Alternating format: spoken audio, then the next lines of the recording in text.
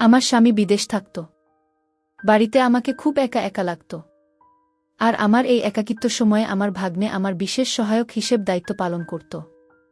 মানে আমি যখন একা একা থাকতাম তখন আমি আমার অল্প বয়সী ভাগ্নাকে নিয়ে দুইজনে মোবাইলে গেমস হতো, গল্প হতো। আর তাতে আমার খুব ভালোই লাগত। যাই হোক বন্ধুরা, একদিন আকাশে প্রচুর বৃষ্টির হচ্ছিল। আর বাসায় কেউ ছিল না। দুজনে একসাথে মোবাইলে গেমস আর গল্পে জমে উঠলাম। যখন আমরা দুজনে মোবাইলে গেমসে ভালো করে মনোযোগ দিলাম তখন আমার ভাগ্না আমাকে বলল, মামি আজকে তো বাসায় কেউ নেই, চলো না আমরা দুজনে আজকে। বন্ধুরা, আজকের গল্পটি অনেক অনেক ইন্টারেস্টিং। আশা করি তোমরা পুরো গল্পটি শুনলে অনেক মজা পাবে। তবে বন্ধুরা, গল্পটি শুরু করার পূর্বে তোমাদের নিকট আমার ছোট্ট একটা অনুরোধ। তোমরা দয়া করে আমার চ্যানেলটিকে সাবস্ক্রাইব করে আমাকে সাপোর্ট করবা। তো তাহলে চলো বন্ধুরা, গল্পটি শুরু করি। হ্যালো বন্ধুরা, আমার নাম কেয়া বাসন্তী। আমার কলকাতার একটি পুরনো বনেদি পরিবারে বিয়ে হয়েছে। আমার স্বামী শুভদীপ অনেক ভালো মানুষ, তবে ভাগ্যক্রমে তিনি বিদেশে কর্মরত। বছরের পর বছর পর দেশে ফিরে আসেন কয়েকদিনের জন্য। একসময়ের সুখী দাম্পত্য জীবনটা এখন নিঃসঙ্গতা আর অভাববোধে ভরে উঠেছে। সকাল থেকে রাত অবধি একা একা ঘরে বসে থাকা, দেওয়ালের ঘড়ির টিকটিক শুনতে শুনতে একটা সময় মনে হতে থাকে, আমি কি শুধু একজন স্ত্রীর পরিচয়ে বেঁচে আছি, নাকি একটা ছায়া হয়ে গেছি। আত্মীয় স্বজন প্রতিবেশীরা অনেকেই আসে যায়, কিন্তু নিজের মতো করে মনের কথা বলার মতো কেউ থাকে না। এই একাকিত্বের মধ্যেই হঠাৎ একদিন আমাদের বাড়িতে আসে আমার ভাইয়ের ছেলে নির্মল বসু। ও কলেজ ছুটি কাটাতে এসেছে কলকাতায়। তার প্রাণবন্ত হাসি, চঞ্চল চোখ আর আন্তরিক ব্যবহার কিছুটা হলেও আমার ভেতরের গুমোট ভাবটা হালকা করে।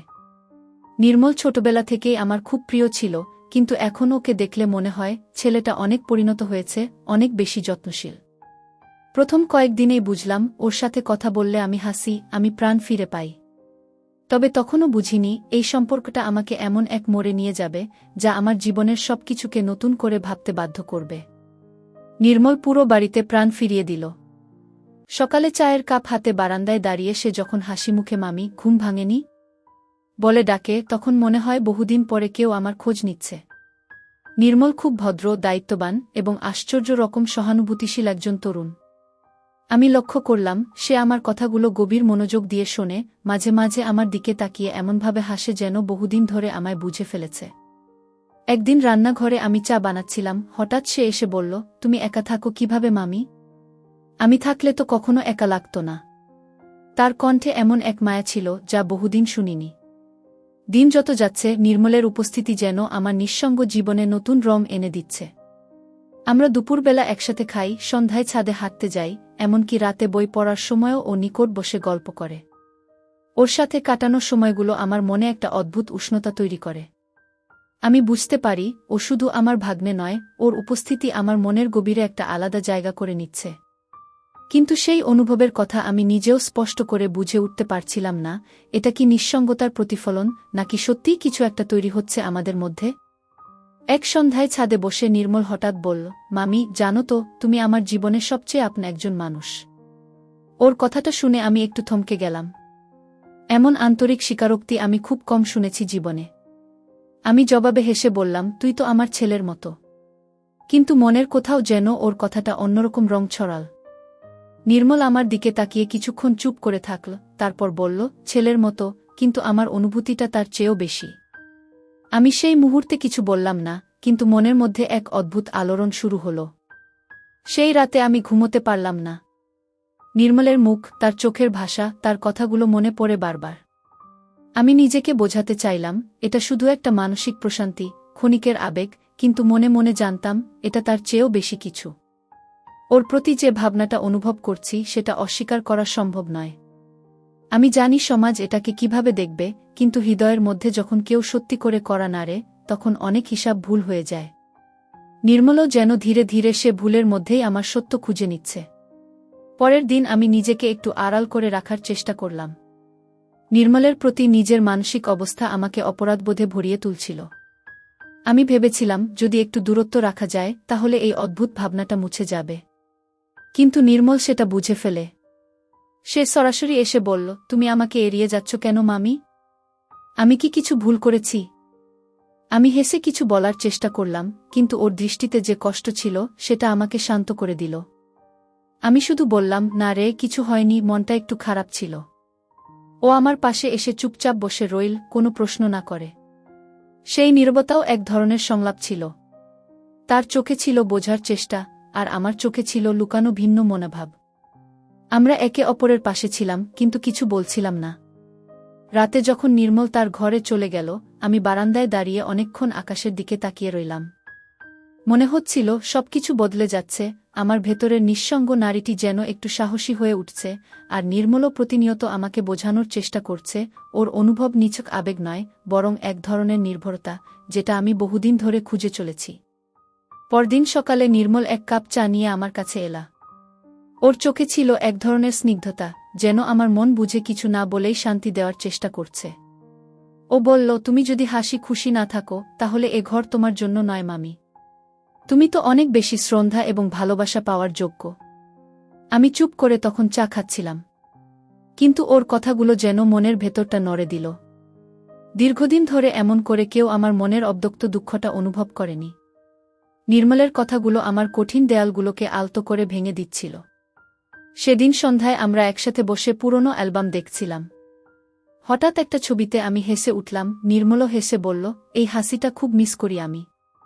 আমি ওর দিকে তাকিয়ে বললাম, তুই তো সবসময় কাছেই ছিলি না রে। নির্মল ধীরে ধীরে বলল, এখন থেকে থাকব, যদি তুমিও চাও। আমাদের কথোপকথন তখনও একেবারে সীমার মধ্যে ছিল, কিন্তু তার প্রতিটি শব্দ ছিল গভীর অনুভবের ছায়া। সেই রাতে বুঝলাম, সম্পর্কটা এখন আর শুধু মামিভাগ্নের গণ্ডিতে নেই, এটা ধীরে ধীরে ভিন্ন রকম রং পাল্টাচ্ছে, যেখানে মনের প্রশান্তিটাই প্রধান, আর সমাজের নিয়ম তখন কিছুটা ক্ষীণ হয়ে পড়ে। নির্মলের সঙ্গে সময় কাটাতে কাটাতে আমি এক ধরনের মানসিক প্রশান্তি খুঁজে পেয়েছিলাম। ও আমার প্রতিদিনের ছোট ছোট কথাগুলো মন দিয়ে শুনত, আমার পছন্দ অপছন্দ বুঝে আমাকে সহায়তা করত। একদিন দুপুরে ঘরে হালকা আলো আর নীরবতা যখন চারপাশে, তখন ও আমার নিকট এসে আমাকে সান্ত্বনা দিতে শুরু করল। কোনো দ্বিধা ছিল না, কোনো অবাঞ্ছিত সান্ত্বনা নয়, ছিল একটুকরো শান্ত নির্ভরতা। আমি অন্য কিছু মনে করিনি, বরং একটা গভীর প্রশ্রয়ে তাকিয়েছিলাম ওর দিকে। নির্মল বলল, তুমি জানো, আমার সবচেয়ে নিরাপদ জায়গাটা তোমাতেই। এমন কথা শুনে মনটা যেন ভারহীন হয়ে গেল। আমি জানি সমাজ এই সম্পর্ককে সহজভাবে নেবে না, কিন্তু কিছু সম্পর্ক গড়ে ওঠে মনের ভেতরের শূন্যতা পূরণ করার জন্য, যেখানে ভালোবাসার রংটা হয় নিঃশব্দ অথচ গভীর। নির্মল আর আমার মধ্যে কোনো ঘোষণা নেই, কোনো প্রতিশ্রুতির মোড়কও নেই, কিন্তু একে অপরের দিকে থাকালেই বোঝা যায় আমরা একে অপরের অনুভবকে সম্মান করি। আমি এখন আর নিজেকে দোষী মনে করি না, কারণ এই সম্পর্কটা কাউকে কষ্ট দিয়ে গড়ে উঠছে না, বরং দুটো একাকী হৃদয়ের একসাথে বাঁচার নিঃশব্দ চেষ্টা এটা। নির্মলের সঙ্গে এখন আর আলাদা করে কিছু বলার প্রয়োজন হয় না। আমরা একে অপরের দিকে থাকালেই সব কথা বলা হয়ে যায়। সেদিন সকালে আমি বারান্দায় দাঁড়িয়েছিলাম, পাখিদের ডাকে মনটা ভরে উঠেছিল। নির্মল এসে চুপচাপ আমার নিকট দাঁড়াল আর বলল, তুমি জানো, আমি স্বপ্নে প্রায়ই দেখি আমরা একসাথে হাঁটছি, অনেক দূর পর্যন্ত, কোনো গন্তব্য ছাড়াই। আমি ওর দিকে তাকিয়ে একটুকরো হাসি দিলাম, সেই হাসি যেটা শুধু ওর জন্যই রেখে দিই। আমি জবাবে কিছু বলিনি, শুধু কিছু অনুভবে বুঝানোর চেষ্টা করছি। ওই মুহূর্তে কিছুই অনৈতিক ছিল না, ছিল একটুকরো অনুভব, যা দীর্ঘদিন ধরে জমে থাকা ভালোবাসার বহিঃপ্রকাশ। আমাদের সম্পর্কের নাম নেই, কিন্তু প্রতিটি সময়, প্রতিটি নিঃশ্বাস আমাদেরকে আরও অনেক কিছুই ভাবায়। আমি জানি এই পথ সহজ না, তবু নির্মলকে দেখে বিশ্বাস জন্মায়, এই সম্পর্ক যতই অসম্ভব হোক না কেন, এটা একতরফা নয়। আমরা দুজনেই সমানভাবে দুজনকে সম্মান করি। একটা বন্ধনে যার সূচনা হয়েছে নিঃশব্দে, কিন্তু প্রভাব পড়ছে গভীরভাবে। সেই সন্ধ্যায় আমি জানালার পাশে বসে আকাশের দিকে তাকিয়েছিলাম। মনটা কেমন যেন অস্থির লাগছিল, কারণ নির্মলের প্রতি আমার অনুভব দিনে দিনে গভীর হচ্ছিল। আমি জানি সমাজ এই সম্পর্ক মেনে নেবে না, একজন মামি আর ভাগ্নের মধ্যকার চিন্তাটা হয়তো তাদের চোখে ভুল হবে। কিন্তু আমি তো জানি এই সম্পর্কটা কেমন করে ধীরে ধীরে গড়ে উঠেছে, ভালোবাসা আর সম্মানের খোলস ছাড়া কোনো চাহিদা নেই এতে। ঠিক তখনই নির্মল আমার নিকট এসে দাঁড়াল।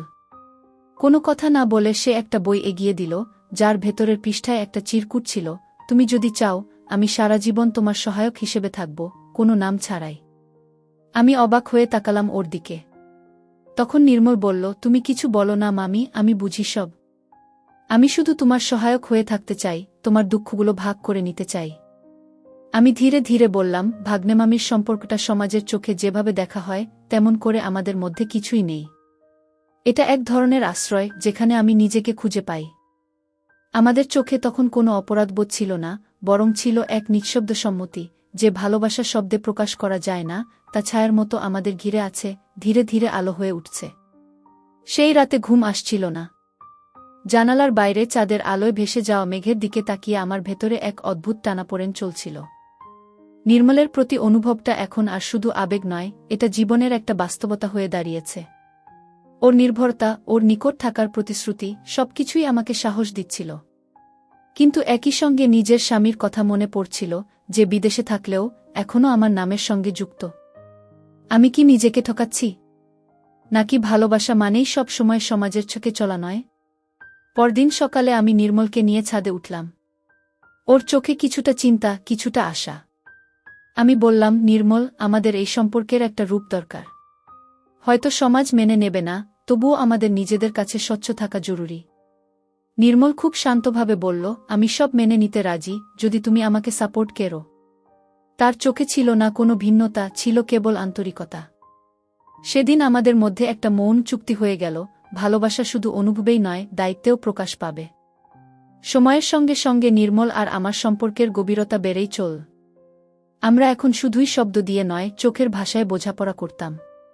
কিন্তু সমাজের ছায়া আমাদের উপর ক্রমশ বাড়ছিল। গলায় বন্ধনের ভার, মনেও দ্বিধার কুয়াশা, সবকিছু মিলিয়ে আমাদের প্রতিদিনের জীবসটা একটা ব্যতিক্রমধর্মী নাটকের মতো হয়ে উঠল। আমি বুঝতে পারছিলাম, আমাদের এই সম্পর্ক শুধুই হৃদয়ের নয়, একসাথে এক অন্য পথের সন্ধান, যেখানে আমরা নিজেদের নিরাপদ রাখার চেষ্টা করছিলাম। একদিন বিকেলে নির্মল আমাকে বলল, তুমি কোনো চিন্তা করো না, আমি সবসময় তোমার সহায়ক হিসেবে আছি। আমরা এই সম্পর্ক যত নীরব রাখি না কেন, আমার জন্য তা সবসময় সত্য। আমি ওর কথা শুনে কেঁপে উঠলাম, কারণ এই সত্যের মুখোমুখি হতে আমার এখন সাহস দরকার। সে সময় আমি বুঝলাম, ভালোবাসা শুধু অনুভব নয়, একে রক্ষা করাটাও জরুরি। তাই আমরা ঠিক করলাম, যতই কঠিন হোক না কেন, নিজেদের জীবনের দায়িত্ব নিতে হবে। কেউ যদি সত্যিকার ভালোবাসে, সে পথ খুঁজে নেবে, বাধা পেরিয়ে। আমাদের সম্পর্ক যতই শান্ত থাকুক, হৃদয়ের রংটা সাদাকালো নয়। নির্মল আর আমি একে অপরের সহায়ক হিসেবে ধীরে ধীরে নিজেদের নতুন জীবনের স্বপ্ন আঁকতে শুরু করলাম। সেই স্বপ্নে ছিল শান্তি, সম্মান আর বোঝাপড়ার জায়গা, যে জায়গায় আমরা দুজনেই নিজেদের মতো করে বাঁচতে পারব। কিন্তু জানতাম, বাস্তবতা এত সহজ নয়। সংসারের বাইরে কিছু বাধা আমাদের পথরোধ করতে পারে, আর সেই বাধাগুলোকে পেরোতেই হবে একসাথে। একদিন নির্মল আমাকে বলল, আমাদের যে সম্পর্কটা, সেটা আমাদের জন্য সবচেয়ে গুরুত্বপূর্ণ। যে পথে চলব, একসাথে চলব। তার কথায় একরাশ শক্তি পেলাম আমি। সেই দিনের সূর্যাস্তের আলো যেন নতুন শুরুতে আমার পথ দেখাল। আমার মনে হলো, হয়তো এই সম্পর্কটা সমাজের চোখে ভুল হলেও আমাদের জীবনের সত্যিকারের ভালোবাসার গল্প। একসাথে আমরা নতুন অধ্যায় শুরু করার জন্য প্রস্তুত। এক পর্যায়ে সমাজের বাধায় আমরা দুজনেই বেশ কষ্টে ছিলাম। কেউ কেউ গুঞ্জন তুলছিল, কেউ বা সরাসরি অস্বীকার করছিল আমাদের সম্পর্ককে। কিন্তু নির্মল ও আমি জানতাম, যে কোনো সম্পর্কের ভিত মজবুত করতে হলে সাহস দরকার, ধৈর্য দরকার। আমাদের ভালোবাসার পথে বাধা যতই আসুক না কেন, আমরা একে অপরকে হারাতে চাইনি। আর এই অনুভূতি আমাদের কাছে ছিল জীবনের সবচেয়ে বড় শক্তি। আমরা ঠিক করলাম, সবকিছু নীরব থাকলেও একে অপরের প্রতি আমরা দায়বদ্ধ থাকব, আর কখনো সত্যকে আড়াল করব না। একদিন নির্মল বলল, আমাদের এই সম্পর্ক অন্যদের মতো সাধারণ নাও হতে পারে, কিন্তু এই সম্পর্কটাকে আমি সত্যি করে রাখতে চাই। আমি ওর কথা শুনে নিজেকে আরও মনে করলাম। জীবনে কখনো কখনো ঠিক এমন কঠিন মুহূর্তগুলোই ভালোবাসাকে পরিপূর্ণ করে তোলে। সমাজের যে কোনো বাধা কাটিয়ে আমরা যেন আমাদের পথ খুঁজে নিতে পারি, এটাই ছিল আমাদের মূল লক্ষ্য। একসাথে পরিকল্পনা করলে আমরা সব পারব, এই বিশ্বাস আমাদের জীবনের প্রধান চালিকা শক্তি হয়ে উঠল। একদিন নির্মল আমার কাছে এসে বলল, কেয়া, এই যাত্রাটা সহজ নয়, কিন্তু আমাদের বিশ্বাসই আমাদের শক্তি। আমরা একে অপরকে সবসময় সাপোর্ট করব, যাই হোক না কেন। ওর কথা আমার মনে একটি নতুন আশা জাগিয়ে দিল। আমরা সিদ্ধান্ত নিলাম, আমাদের সম্পর্ক যতই শান্ত এবং নীরব হোক, আমাদের মধ্যে পারস্পরিক বিশ্বাস ও সম্মান অটুট রাখতে হবে। কারণ সেই বিশ্বাসই আমাদের পথ দেখাবে, শত বাধার মধ্যেও একে অপরকে ধরে রাখবে। আমরা বুঝতে পারছিলাম আমাদের সম্পর্ক শুধু নিজেদের জন্য নয়, আমাদের ভবিষ্যতের জন্যও। তাই ছোট ছোট ভুল বোঝাবুঝির জন্য আমরা একে অপরকে দায়ী করব না, বরং সম্পর্ককে আরও মজবুত করার চেষ্টা করব। এই সেতুটিই আমাদের মনে আরও সাহস জোগাল, যেটা সমাজের বিচারের বাইরে, একেবারে মনের গভীরে গড়া। এই বিশ্বাসের মধ্য দিয়ে আমরা আমাদের ভবিষ্যৎ গড়ার স্বপ্ন দেখতে শুরু করলাম। সম্পর্কের এই জোরালো বিশ্বাসের মাঝে আমাদের জীবনে কিছু শান্ত মুহূর্ত আসে। নির্মল ও আমি একসাথে বসে ভবিষ্যৎ নিয়ে কথা বলতাম, ছোট ছোট স্বপ্ন আঁকতাম। কলকাতার ব্যস্ততা থেকে একটু দূরে, যেন এক অন্য জগতের মতো শান্ত। মুহূর্তগুলো আমাদের জন্য ছিল সবচেয়ে বড় সান্ত্বনা। ওর হাসি, ওর কথা সবই আমাকে শক্তি দিত, যেন বেদনা আর দ্বিধা অনেক দূরে চলে গেছে। আমরা জানতাম সামনে অনেক কিছুই হবে। কিন্তু এই মুহূর্তগুলো আমাদের হৃদয় জুড়ে ভালোবাসার আলো জ্বালিয়ে রাখে। তবে এই শান্তি অনেক দিন স্থায়ী হল না। সমাজের গুঞ্জন আর নানা কথা ক্রমশ বেড়েই চল। আমার স্বামীর বিদেশে থাকা সত্ত্বেও আমাদের সম্পর্কে সন্দেহ শুরু হলো বাড়ির সবাই এবং প্রতিবেশীদের মধ্যে। নির্মলও এই সব বিষয় নিয়ে চিন্তিত হয়ে উঠল।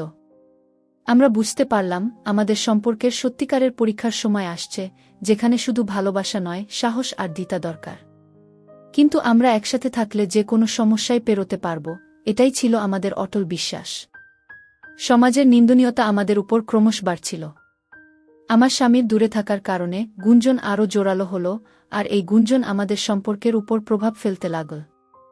অনেকদিন যাবৎ অনেক মানসিক চাপ ও সন্দেহ আমাদের মনকে ক্লেশ করাচ্ছিল, কিন্তু নির্মল আর আমি একে অপরের পাশে থেকে থাকার চেষ্টা করলাম। আমরা বুঝলাম ভালোবাসার পথে বাধা আসবেই, আর এই বাধা পেরোনোর জন্য আমাদের শক্তি একে অপরের থেকে নিতে হবে। একদিন পরিবারের কিছু সদস্য সরাসরি আমাদের কাছে এসে কথা বলল, তাদের শঙ্কা প্রকাশ করল। তাদের কথায় আঘাত পেলেও আমরা ধৈর্য হারাইনি। নির্মল বলল, আমাদের সম্পর্কই আমাদের পরিচয়, আর সেটাই সত্য। এই কথাগুলো আমার মনে একরাশ সাহস জোগাল। আমি ঠিক করলাম, যাই হোক, সত্যি ভালোবাসার পথ সহজ হয় না, কিন্তু আমরা একসাথে মোকাবেলা করলেই সব পারব। এই বিশ্বাস নিয়েই আমরা ভালোবাসার স্বপ্ন বুনতে শুরু করলাম। অনেক নাটকীয়তার মধ্যে অবশেষে সকল বাধা পেরিয়ে আমরা দুজন সামাজিকভাবে বিবাহ বন্ধনে আবদ্ধ হলাম। আমাদের বিয়েটা হয়েছিল দক্ষ কোনো উকিলের মাধ্যমে। যখন আমাদের সম্পর্ককে ধীরে ধীরে সবাই মেনে নিতে শুরু করল, তখন অনুভব করলাম আমরা সত্যিই জিতেছি। নির্মল আর আমি একসাথে বসে ভাবলাম, কত অন্ধকার রাত পাড়ি দিয়েই আজ আমরা নতুন এক সূর্যোদয়ের মুখোমুখি। সমাজের চোখের বাইরেও আমাদের ভালোবাসা ছিল সত্য, ছিল শক্ত, ছিল নির্ভরশীল। এবার আমাদের জন্য শুধুই নতুন জীবনের সূচনা, নতুন জীবনের পথচলা। সেই পথটি হয়তো সহজ নয়, কিন্তু আমরা জানি একসঙ্গে একে অপরের সহায়ক হিসেবে থাকলে সব বাধাই পার করা সম্ভব। পরিশেষে বন্ধুরা, আমি তোমাদেরকে বলবো, প্রেম ভালোবাসা কখন যে কার জীবনে কার সাথে কিভাবে হয়ে যায় তা কেউ বলতে পারবে না। সততা, ধৈর্য, বিশ্বাস আর সম্মান, একজনের প্রতি আরেক জনের মনের আন্তরিকতা থাকলে যে কোনো বয়সেই মানুষ ভালোবাসা দিয়ে সবকিছু জয় করতে পারে, যেমনটি হয়েছিল আমার জীবন কাহিনীতে। বন্ধুরা, আজকে এই পর্যন্তই। আবারও আসব তোমাদের মধ্যে নতুন কোনো ভিডিও নিয়ে। ভিডিওটি যদি তোমাদের ভালো লাগে তাহলে একটি লাইক দাও। প্রতিদিন আমি তোমাদেরকে একটা করে নতুন গল্প উপহার দিব, তাই তোমাদেরকে অনুরোধ করে বলছি, তোমরা যদি এই রকম ধরনের ইন্টারেস্টিং গল্প পেতে চাও তাহলে দয়া করে আমার চ্যানেলটি সাবস্ক্রাইব করো। পরিশেষে তোমাদের সকলের সুস্বাস্থ্য কামনা করি। ভিডিওটি দেখার জন্য তোমাদের সকলকে অসংখ্য ধন্যবাদ।